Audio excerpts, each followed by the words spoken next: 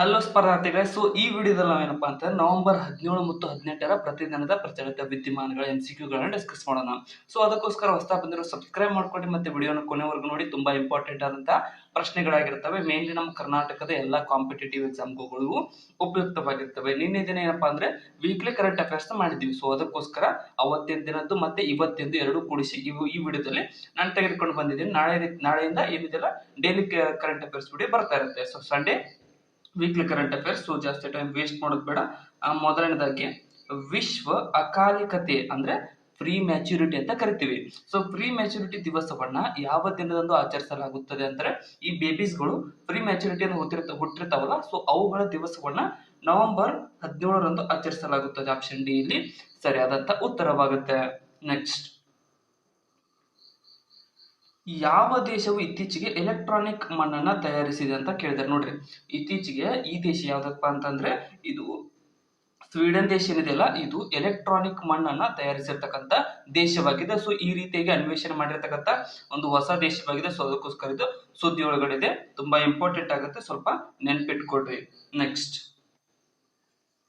ಅಂತಾರಾಷ್ಟ್ರೀಯ T20 ಪಂದ್ಯದಲ್ಲಿ ಯಾವ ದೇಶದ ಆಟಗಾರರು ಒಂದೇ ಇನ್ನಿಂಗ್ಸ್ ನಲ್ಲಿ 2 ಶತಕಗಳನ್ನ ಸಿಡಿಸಿದ್ದಾರೆ ಅಂತ ಕೇಳಿದ್ರೆ. ನೋಡ್ರಿ, ಇಂಟರ್ನ್ಯಾಷನಲ್ T20 ಸೌತ್ ಆಫ್ರಿಕಾ ಮತ್ತು ಇಂಡಿಯಾದ ನಡುವೆ ನಡೀತಾ ಇತ್ತು. ಇದು ನಮ್ಮ ಭಾರತದ ಆಟಗಾರರು ಯಾರ್ಯಾರಪ್ಪ ಅಂದ್ರೆ ಸಂಜು ಸ್ಯಾಮ್ಸನ್ ಮತ್ತೆ ತಿಲಕ್ ವರ್ಮಾ. ಸಂಜು ಸ್ಯಾಮ್ಸನ್,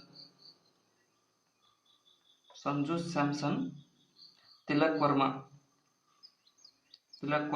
ಇವರಿಬ್ರು ಒಂದೇ ಮ್ಯಾಚ್ ಒಳಗಡೆ 2 ಶತಕವನ್ನು ಹೊಡೆಯುವುದರ ಮೂಲಕ ಒಂದೇ ಇನ್ನಿಂಗ್ಸ್ ಒಳಗಡೆ 2 ಶತಕಗಳನ್ನು ಬಾರಿಸುವ ಮೂಲಕ ದಾಖಲೆಯನ್ನು ನಿರ್ಮಿಸಿದ್ದಾರೆ.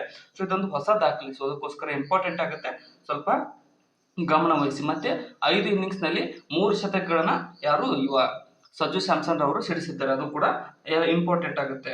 ನೆಕ್ಸ್ಟ್, ಯಾವ ದೇಶವು ತನ್ನ ಅತ್ಯುನ್ನತ ನಾಗರಿಕ ಗೌರವ ಪ್ರಶಸ್ತಿ ಆದಂತಹ ಡೊಮಿನಿಕಾ ಅವಾರ್ಡ್ ಆಫ್ ಆನರ್, ಇದು ಇಂಪಾರ್ಟೆಂಟ್. ಯಾಕಪ್ಪ ಅಂದ್ರೆ ನಮ್ಮ ನರೇಂದ್ರ ಮೋದಿ ಅವರಿಗೆ ಕೊಟ್ಟಿದ್ದಾರೆ.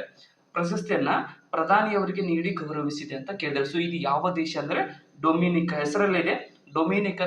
ಡೊಮಿನಿಕಾದ ಅತ್ಯುನ್ನತ ಗೌರವ ಪ್ರಶಸ್ತಿ ಯಾವ್ದಪ್ಪ ಅಂದ್ರೆ ಡೊಮಿನಿಕಾ ಅವಾರ್ಡ್ ಆಫ್ ಆನರ್ ಪ್ರಶಸ್ತಿ. ಅದನ್ನ ನಮ್ಮ ದೇಶದ ಪ್ರಧಾನಿಯಾದಂತಹ ನರೇಂದ್ರ ಮೋದಿ ಅವರಿಗೆ ಇತ್ತೀಚೆಗೆ ನೀಡಿ ಗೌರವಿಸಿದ್ದಾರೆ. ನೆಕ್ಸ್ಟ್, ವಿಶ್ವದ ಅತಿ ದೊಡ್ಡ ಹವಳದ ವಸಾಹತು ಇತ್ತೀಚೆಗೆ ಎಲ್ಲಿ ಕಂಡು ಬಂದಿದೆ ಅಂತ ಕೇಳ್ತಾರೆ. ನೋಡ್ರಿ, ವಿಶ್ವದ ಅತಿ ದೊಡ್ಡ ಹವಳದ ವಸಾಹತು ಕಂಡು ಬಂದಿರತಕ್ಕಂಥದ್ದು ಎಲ್ಲಿ ಅಂತಂದ್ರೆ ಇದು ಸೊಲೊಮನ್ ಐಲ್ಯಾಂಡ್ಸ್ ನಲ್ಲಿ. ಸೊಲೊಮನ್ ಐಲ್ಯಾಂಡ್ಸ್ ಅಂದ್ರೆ ಓಷಿಯಾನಿಯಾ ಅಂತ ಹೊಸ ಖಂಡ ಇಲ್ಲ, ಅಲ್ಲಿ ಬರ್ತಕ್ಕಂಥ ಐಲ್ಯಾಂಡ್ಸ್ ಇವು. ಆಸ್ಟ್ರೇಲಿಯಾದ ಕೆಳಗಡೆ. ಅಲ್ಲಿ ಕಂಡು ಬಂದಿರತಕ್ಕಂಥ ಒಂದು ಅತಿ ದೊಡ್ಡ ಹವಳದ ವಸಾಹತು ತುಂಬಾ ಇಂಪಾರ್ಟೆಂಟ್ ಆಗುತ್ತೆ. ಕೋರಲ್ ಐಲ್ಯಾಂಡ್ಸ್ ಅಂತ ಬಂದ್ರೆ ಆಸ್ಟ್ರೇಲಿಯಾದ ದಕ್ಷಿಣ ತುದಿಯಲ್ಲಿ ಬರುತ್ತೆ. ಅದೇ ರೀತಿಯಾಗಿ ಈ ಒಂದು ಹವಳದ ದಿಬ್ಬ ಅಂತ ಬಂದ್ರೆ ಇದು ಸೊಲೊಮನ್ ಐಲ್ಯಾಂಡ್ಸ್. ಅತಿ ದೊಡ್ಡ ಹವಳದ ವಸಾಹತು ಕಂಡು ಬಂದಿರತಕ್ಕಂಥ ಸೊಲೊಮನ್ ಐಲ್ಯಾಂಡ್ಸ್ ನಲ್ಲಿ, ನೆನ್ಪಿಟ್ಕೊಡ್ರಿ.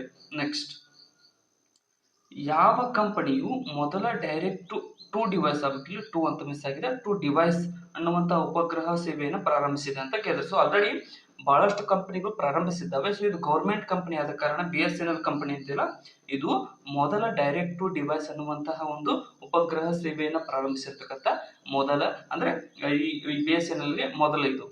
ನೆಕ್ಸ್ಟ್, ಇಂಡಿಯನ್ ಆಯಿಲ್ ನ ಹೊಸ ಅಧ್ಯಕ್ಷರನ್ನಾಗಿ ಯಾರನ್ನು ನೇಮಿಸಲಾಗಿದೆ ಅಂತ ಕೇಳಿದ್ರೆ. ಯಾರಪ್ಪ ಅಂತಂದ್ರೆ ಅರವಿಂದ್ ಸಿಂಗ್ ಸಾಹ್ನಿರ್ ಅವರನ್ನ ಇಂಡಿಯನ್ ಆಯಿಲ್ ನ ಹೊಸ ಅಧ್ಯಕ್ಷರನ್ನಾಗಿ ನೇಮಕ ಮಾಡಲಾಗಿದೆ. ಇವರು ಕೂಡ ಸುದ್ದಿ ಒಳಗಡಿದ್ದಾರೆ. ನೆಕ್ಸ್ಟ್, ರಣಜಿ ಟ್ರೋಫಿಯ ಒಂದೇ ಮ್ಯಾಚ್ ನಲ್ಲಿ ಇದು ಒಂದೇ ನಿಮಿಷ ಅಂತಾಗಿದೆ, ಇದು ತಪ್ಪು. ಮ್ಯಾಚ್ ನಲ್ಲಿ 10 ವಿಕೆಟ್ ಗಳನ್ನು ಯಾರು ಪಡೆದುಕೊಂಡಿದ್ದಾರೆ ಅಂತ ಕೇಳಿದ್ರೆ. ಒಂದೇ ಇನ್ನಿಂಗ್ಸ್ ನಲ್ಲಿ 10 ವಿಕೆಟ್ ಗಳನ್ನ ಪಡೆದುಕೊಂಡಿರ್ತಕ್ಕಂಥ ವ್ಯಕ್ತಿ ಯಾರಪ್ಪ ಅಂತಾರೆ ಅನ್ಸುಲ್ ಕಾಂಬೋಜ್ ಅವರು. ಅನ್ಸುಲ್ ಕಾಂಬೋಜ್ ನೆನ್ಪಿಟ್ಕೊಂಡ್ರೆ ರಣಜಿ ಟ್ರೋಫಿ ಒಳಗಡೆ ರೆಕಾರ್ಡ್ ಮಾಡಿದ್ದಾರೆ, ಒಂದೇ ಇನ್ನಿಂಗ್ಸ್ ನಲ್ಲಿ 10 ವಿಕೆಟ್ ಗಳನ್ನ ಕಬಳಿಸುವ ಮೂಲಕ.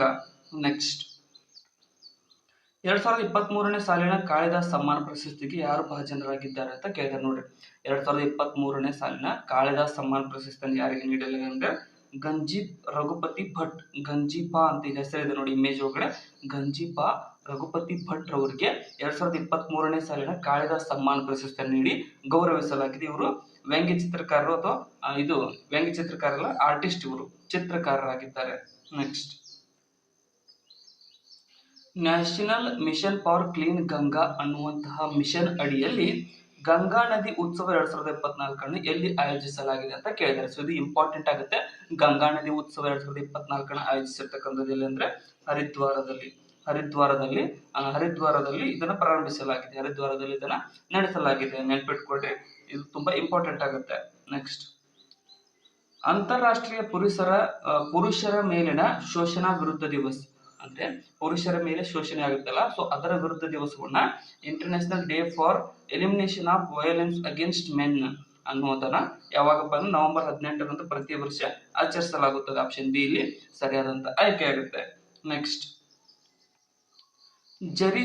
ಜರಿ ಮೇಳವನ್ನ ವಾರ್ಷಿಕವಾಗಿ ಯಾವ ರಾಜ್ಯದಲ್ಲಿ ಆಚರಿಸಲಾಗುತ್ತದೆ ಅಂತ ಕೇಳಿದ್ರೆ, ಸೊ ಜರಿ ಮೇಳ ವಾರ್ಷಿಕವಾಗಿ ಆಚರಿಸ್ತಕ್ಕಂಥ ರಾಜ್ಯ ಯಾವ್ದಪ್ಪ ಅಂತಂದ್ರೆ ಇದು ಜಮ್ಮು ಕಾಶ್ಮೀರದಲ್ಲಿ ಈ ಒಂದು ಜರಿ ಮೇಳವನ್ನ ಆಚರಿಸಲಾಗುತ್ತದೆ. ಆಪ್ಷನ್ ಎ ಇಲ್ಲಿ ಸರಿಯಾದಂತ ಉತ್ತರವಾಗುತ್ತೆ.